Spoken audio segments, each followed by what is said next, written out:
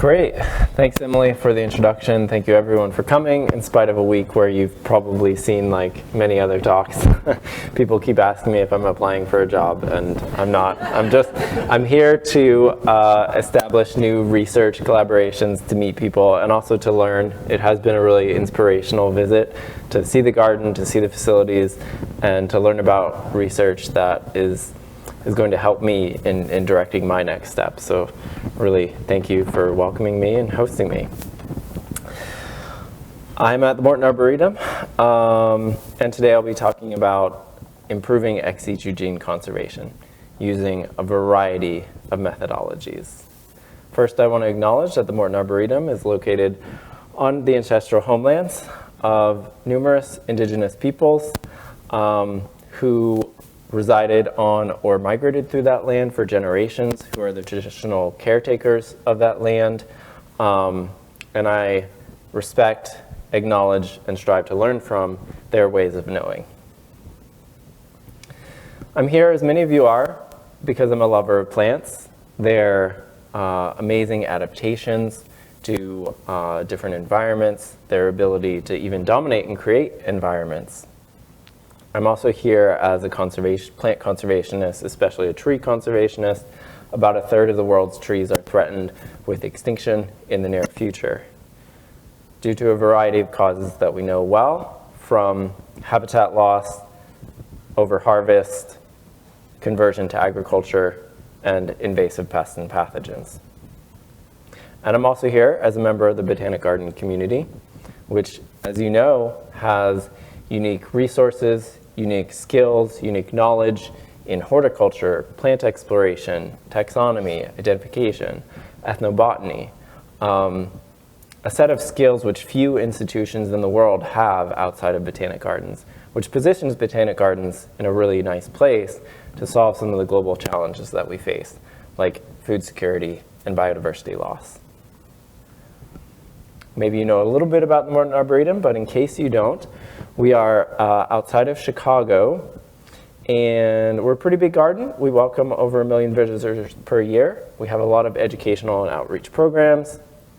We have programs that do training, policy work, tree care in the regional area. It's our Chicago Region Trees Initiative, very impactful in terms of connecting communities to trees.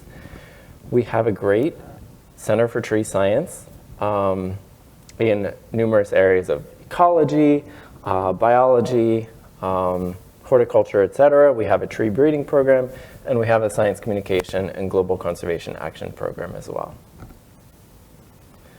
This is my lab, and our mission, we defined our mission as a lab a few years ago, to provide the knowledge and tools needed to inform conservation action, specifically focusing on the future resilience and adaptability of plants in a changing environment.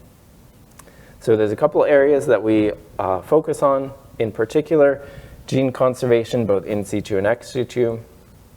Sometimes at a higher level, how do we prioritize? How do we set our priorities and measure conservation progress? I have done some work, and I'll briefly mention it, in terms of connecting genetic issues to conservation policy setting. And I have an emerging interest, which I won't talk much at all about today, but in plant health and disease, and specifically genetic diversity and how we can help our forests recover from new pests and diseases. A defining feature of my team and a lot of work at the Morton is a desire to work beyond just doing the research. So a lot of our outputs are not just stopping at the production of a journal article, etc., but actually trying to reach stakeholders, whether they be decision makers at a global level, or people working in gardens, or our public audiences. So the thing I'm here to talk about today, after that brief introduction, is the challenge of conserving in botanic gardens. How do we conserve the genetic, ecological, and trait diversity from across species native distributions, considering the limited space, time, resources, etc. that we have? And yeah, that's why we're here today.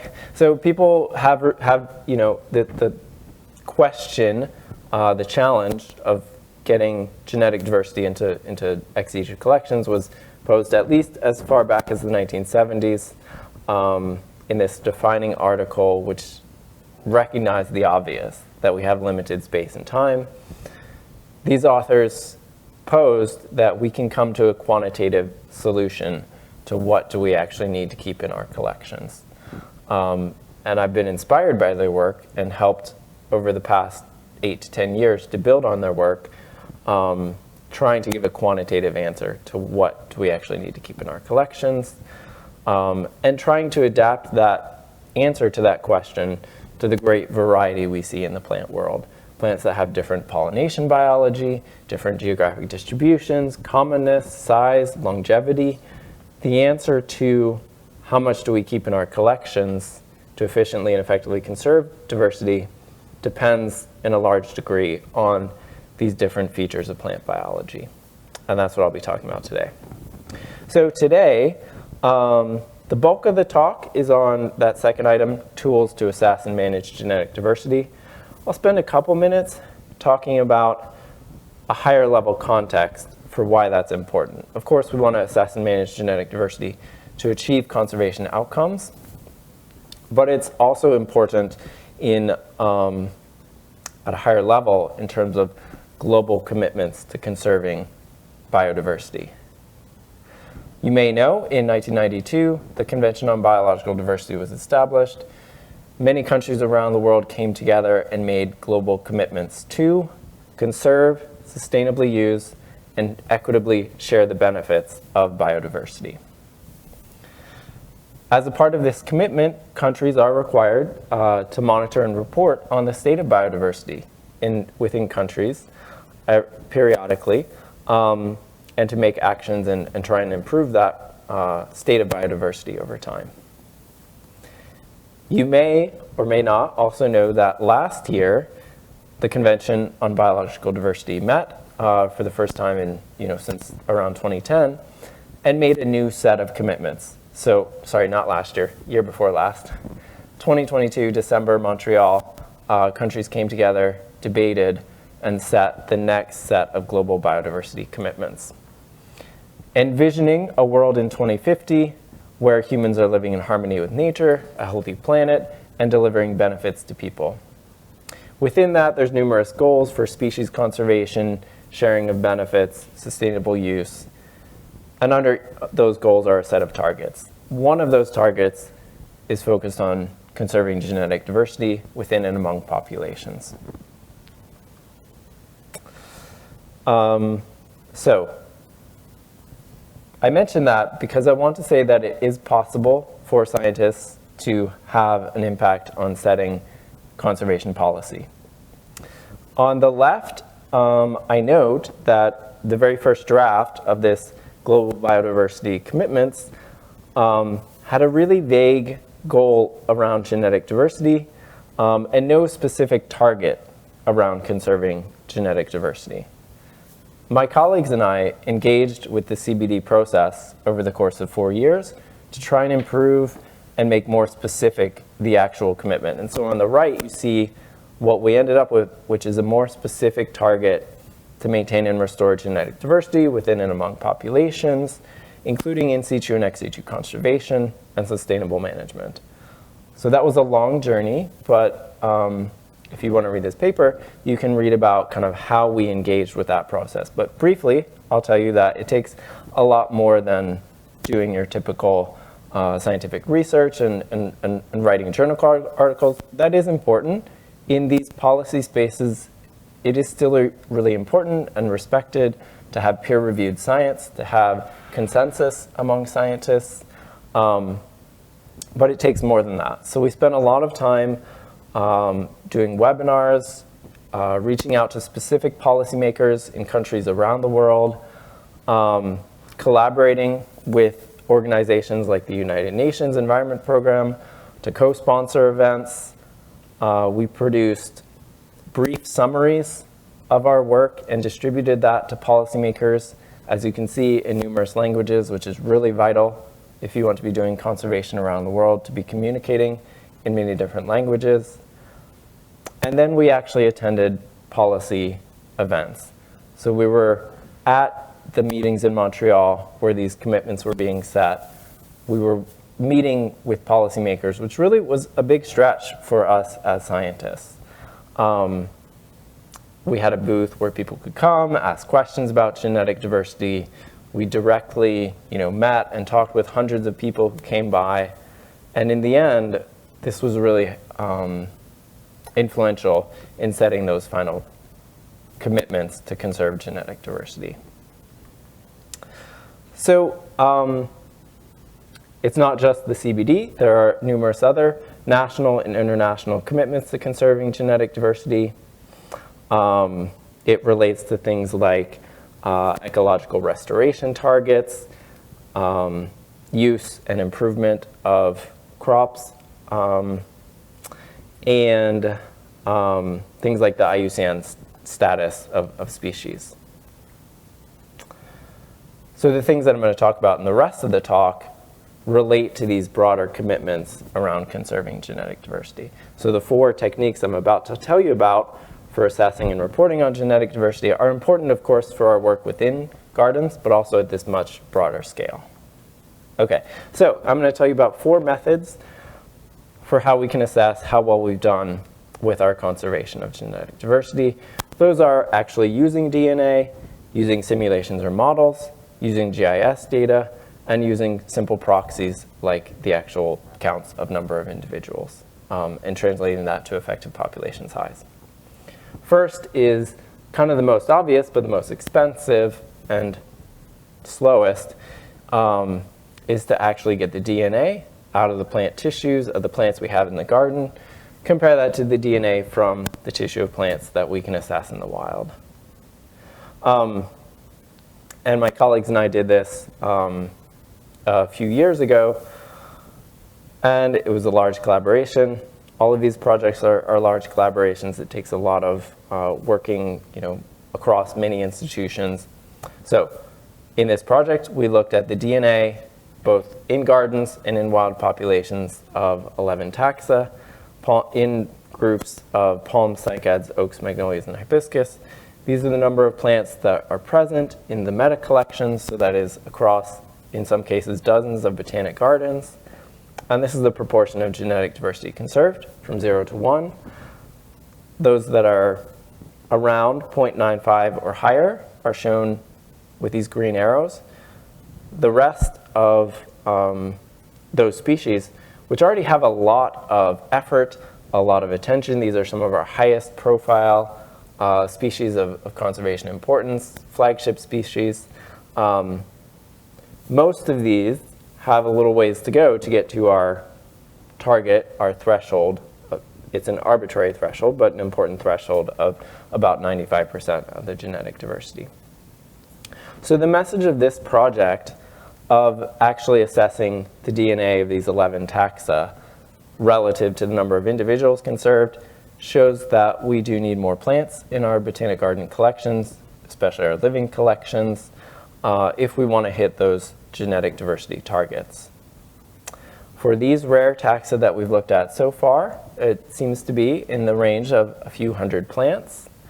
You can see a lot of variation around that line in terms of, we might attribute that to life form, to history of those species, etc. I'll get into some of those other biological factors in a few minutes. But I also want to tell you that genetic studies are useful. You probably know this, but genetic studies, of course, are useful for not just assessing genetic diversity in collections. There's several other really cool things we can do with genetic data and our collections. And I'll mention this in the context of an oak species and a cycad species that we recently looked at. Both of them have really large meta collections, 200-300 individuals conserved across many botanic gardens. So the first thing we can do, the next thing we can do with genetic diversity is look at redundancy. And this is important when we start to think about, we're trying to maintain these collections over many years. Over time, some plants will be accidentally damaged, some plants will get disease, some will die because of extreme weather events. So we need to actually start thinking about genetic diversity conservation, conserving each of those genetic alleles in multiple copies. So this chart shows our 2 species of interest, some different kinds of alleles, and then whether it's conserved in 1 copy, 2 copies, or 5 copies. And the message from these 2 species is actually we're doing pretty good, really good for conserving those common alleles in actually multiple copies.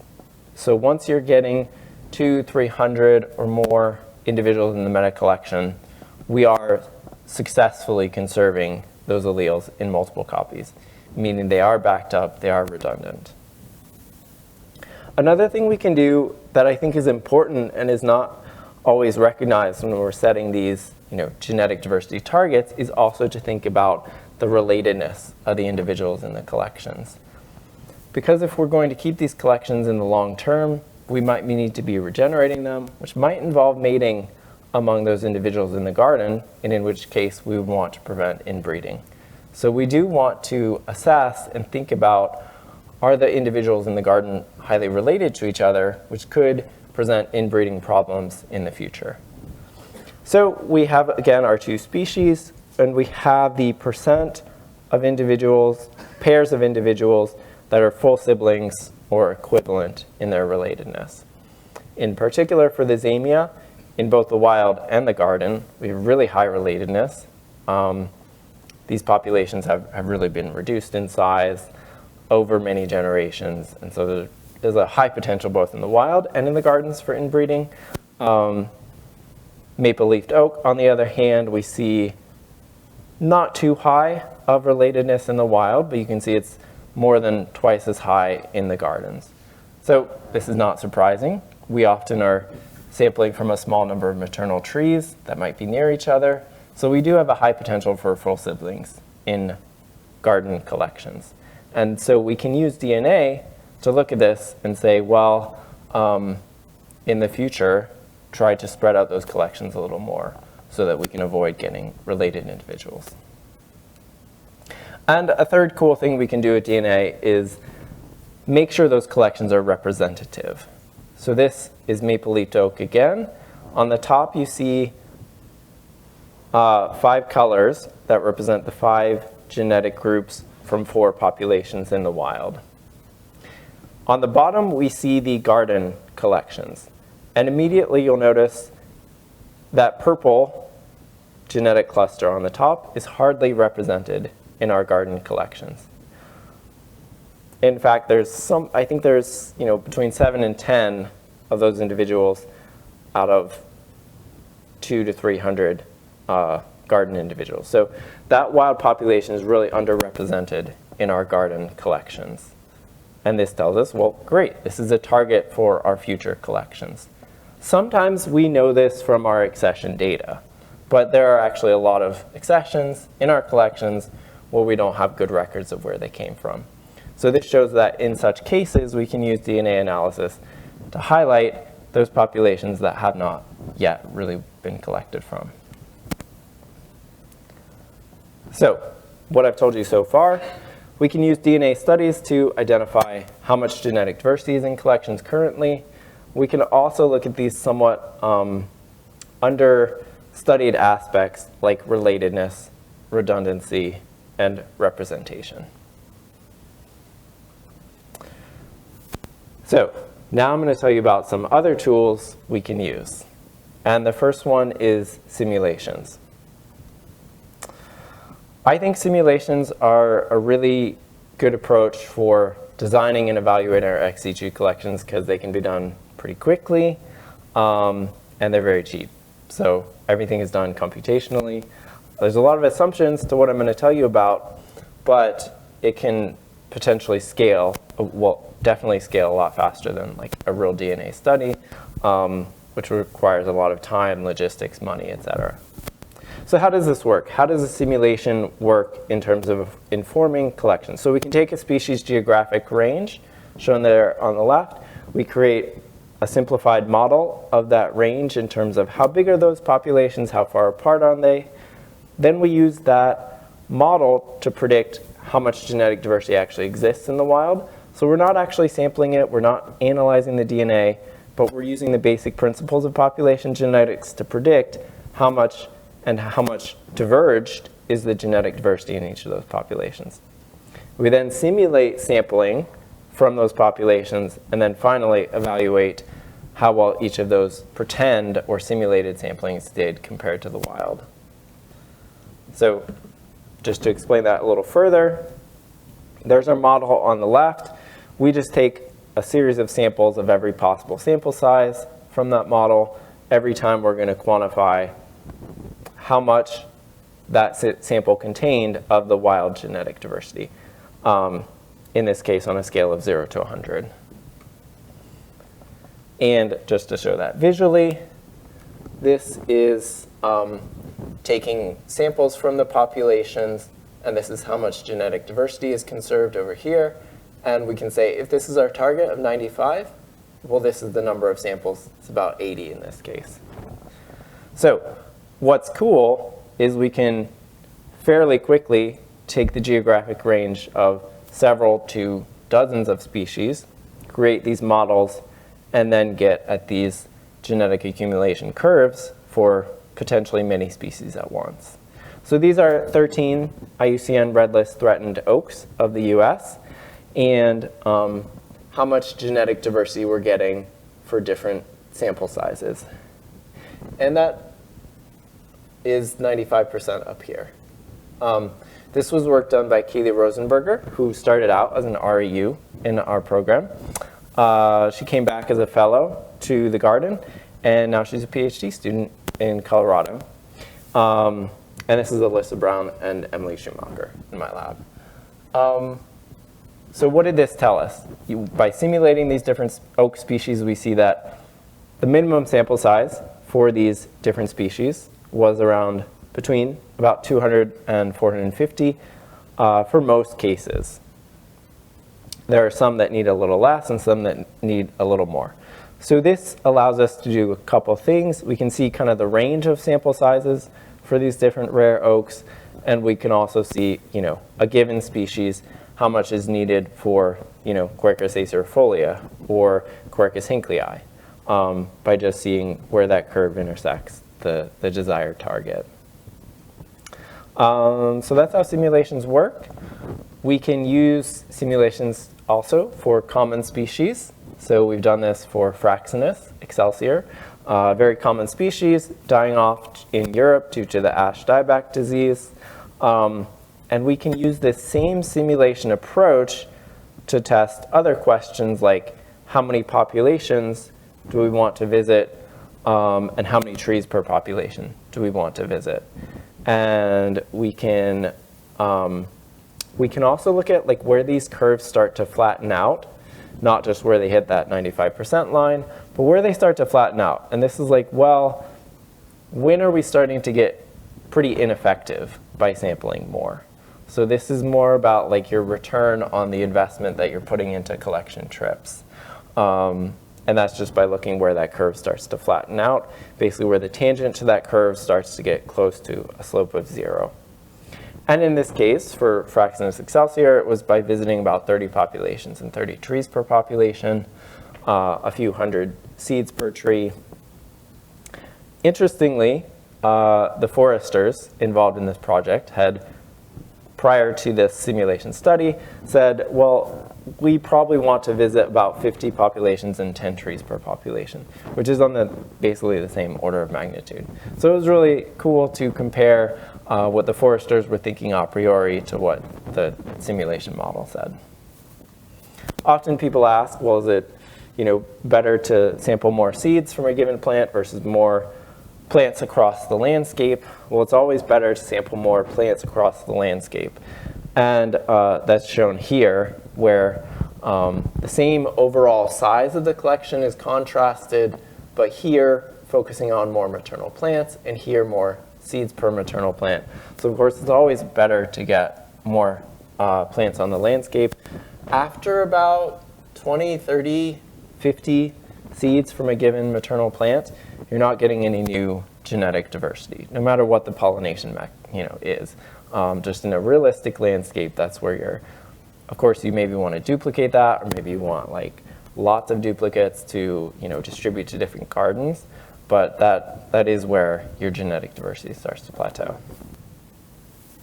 With simulations, we can also test other cool things, like what's our spatial strategy going to be on a landscape when we're exploring a population.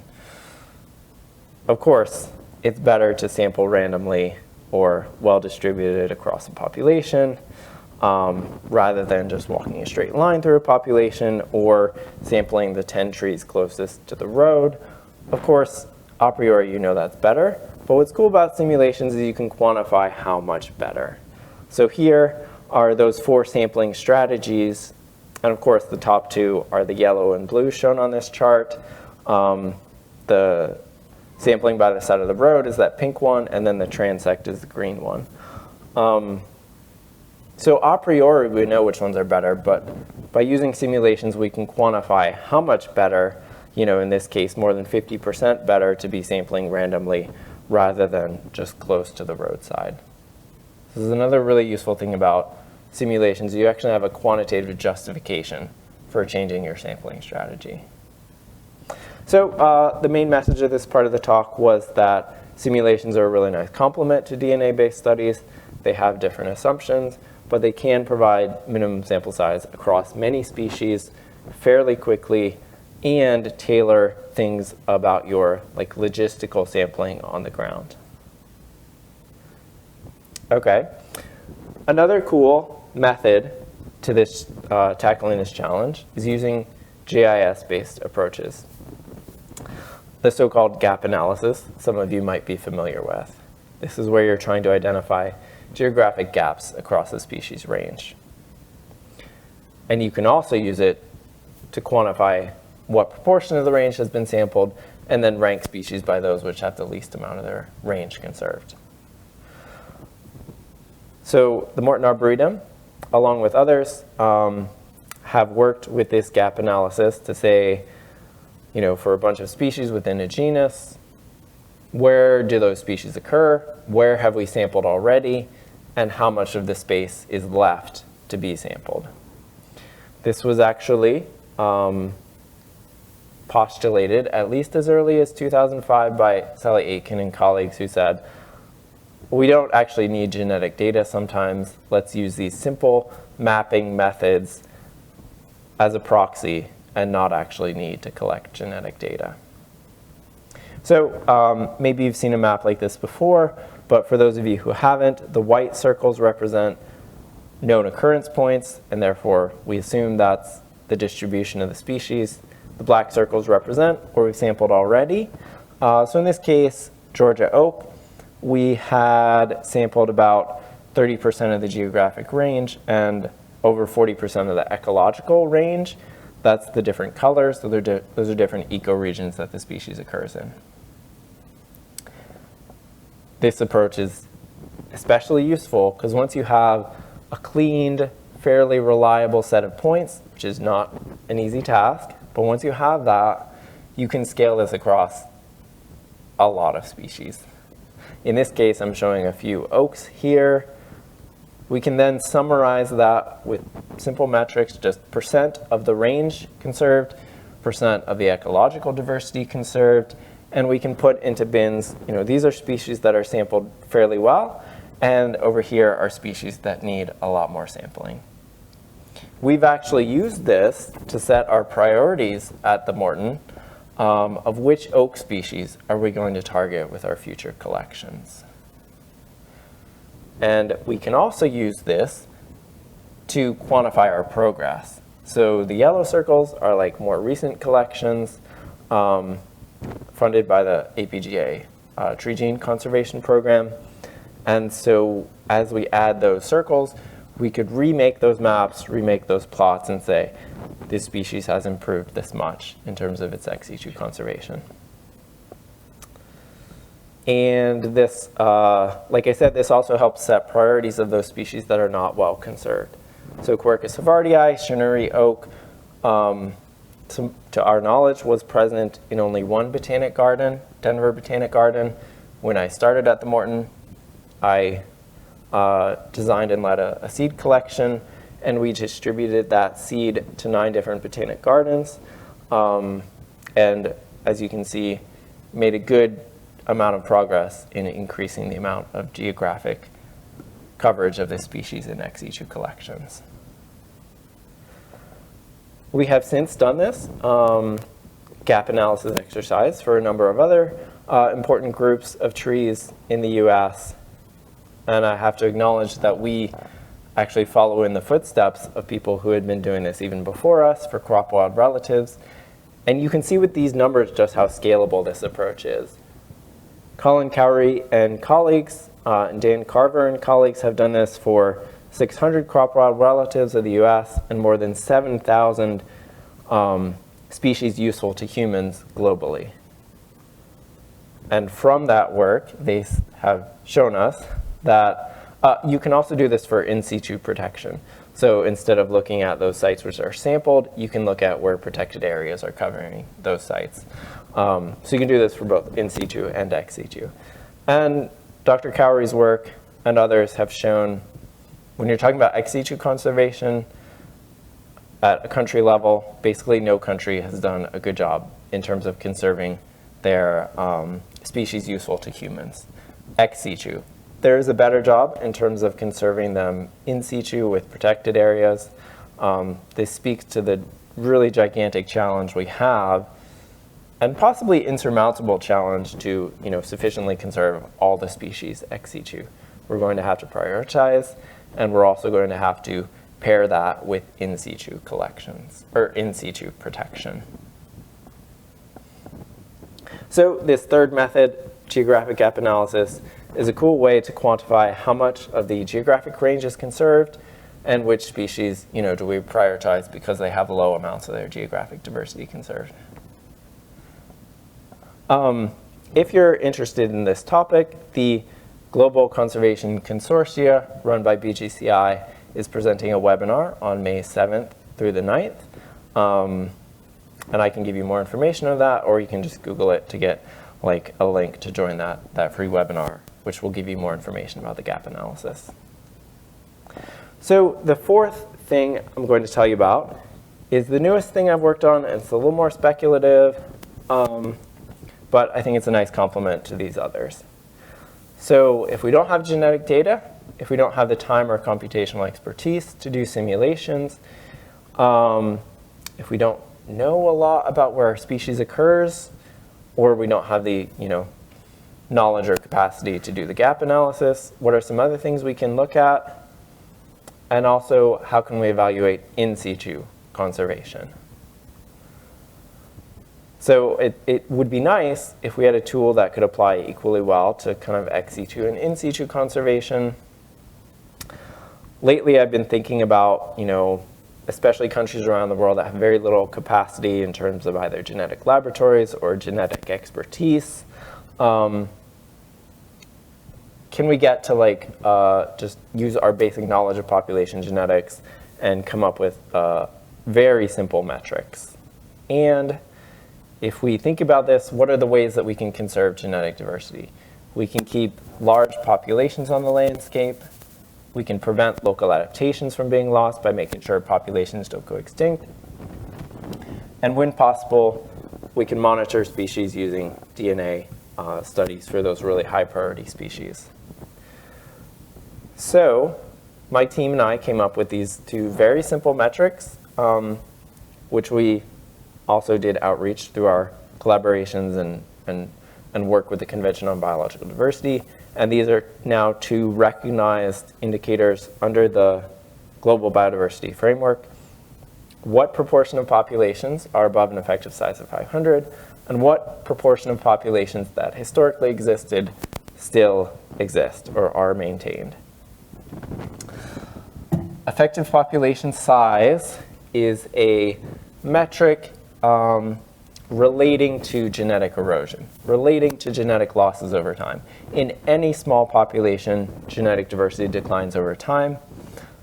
But when populations are sufficiently large, that loss can be slowed to almost zero.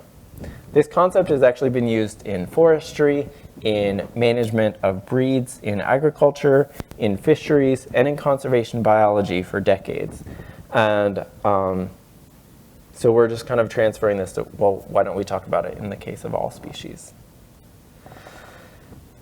Effective size can be calculated using genetic data, but it also can be roughly 1/10 of the census size of the count of number of adult individuals. So where do we get this information from? This information about population sizes and population losses over time is often available, but in a really fragmented fashion. So this is a species recovery plan produced under the Endangered Species Act. There's many, individual species management reports, species action plans, species threat assessments. There are local park managers. There are local communities that know at a rough level how large are these populations or how have they changed over time. Can we bring all of this really disparate information from many different sources for this one common metric? And so that's what my team has been piloting over time. In this example, we see, this nice estimation of population sizes. We can say 4 out of those 10 are above this threshold to maintain genetic diversity. In some cases, we also have systematic assessments like forest inventory analysis or repeated measures of populations over time. This is an example from Japan where a local plant enthusiast society has been censusing these rare plants every few years for decades. And this is a case, we don't have a formal systematic monitoring, but by individually contacting park rangers and local communities and combining that with GBIF occurrence records or iNaturalist records, we can estimate, well, these populations are probably of this size and these populations have probably gone extinct. So we've been piloting this over the past years in the context of in situ conservation. Can we get these 2 simple metrics and report on species genetic status using these very different sources of data? And we've been doing this in partnership with national biodiversity agencies in 9 countries. And we finally completed our project, and we think it's really exciting because, well, unfortunately, it shows that most species have most of their populations insufficiently large in the wild. This speaks to the real importance of managing those populations, of doing conservation action quickly in the wild to get those populations above a threshold if we want to maintain genetic diversity. So this plot is showing that most of those species have relatively low amounts of populations above this threshold. And this is the case in both plants and animals. I didn't include the graph, but the populations maintained indicator that we calculated is basically the reverse of this. Most species have so far maintained most of their genetically distinct populations. So they still exist on the landscape. We just need to do active management to get them above this effective size threshold. This has been a really interesting and experimental process to see, can we get this data out of these really disparate sources?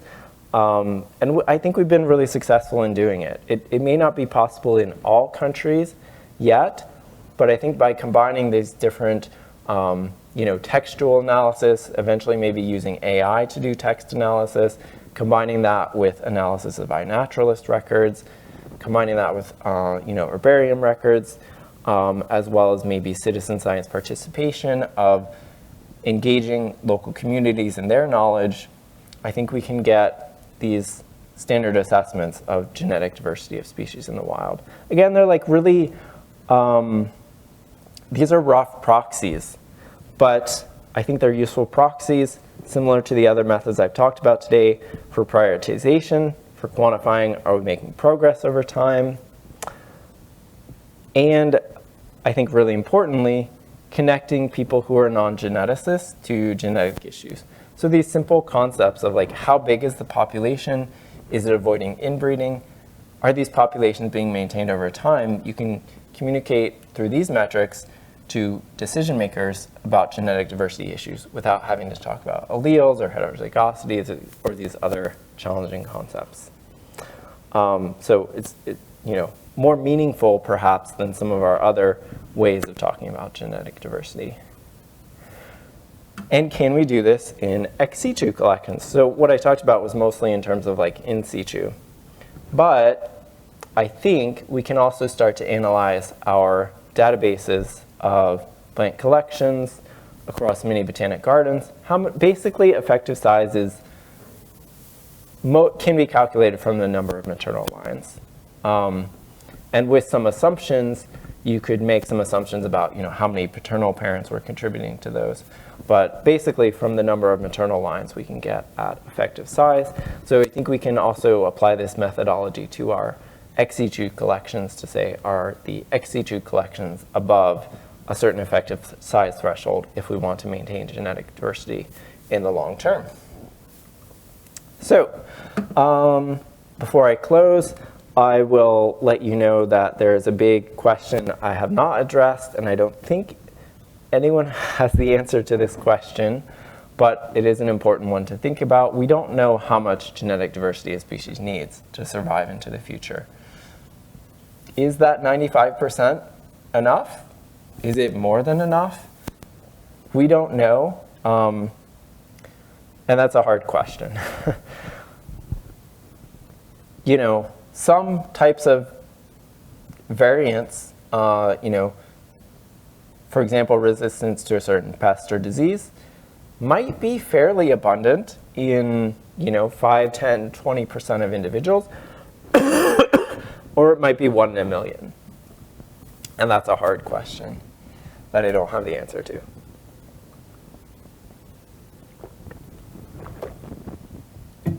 I would like to acknowledge the hard work of my lab members. Especially I mentioned Kaylee Rosenberger, who did a lot of this simulation work, Emily Schumacher, Alyssa Brown, Austin Kuntz, Lauren Ladd, Bailey Munez, Bethany Zumwalde, and Emma Spence, and others of my lab over the years who've contributed to this work, along with many collaborators, including some of you in the audience who've participated in this kind of work. So what did I tell you today? Genetic diversity is an important part of these global commitments to be achieved by 2030 and 2050 under the Kunming-Montreal Global Biodiversity Framework, as well as other things like the Endangered Species Act, European Habitats Directive, IUCN commitments, etc. We can assess and report on genetic diversity using a variety of tools: DNA-based studies, simulations, geographic gap analyses, and maybe this idea of effective size. So, going forward, we can use these tools to quantify progress, give practical advice, prioritize which populations and species, and measure change over time. And I hope we can all work together to achieve better documented, more diverse, representative, backed up collections of plant biodiversity. If you're a student or you have students, I do supervise students through the University of Chicago, PhD students. We're also a great location for REUs. We have currently a program called the RAMP. This is for post-baccalaureates to spend a year working at our institution, so that's another great program. We've chosen our ramps for next year and our REUs for this year, but in the future, you could consider that. There's also this NSF intern program, which can fund graduate students to spend 6 months in industry or a botanic garden or museum. So that's another cool way for students to participate. So I think that's it. I'm happy to take questions. Thanks a lot.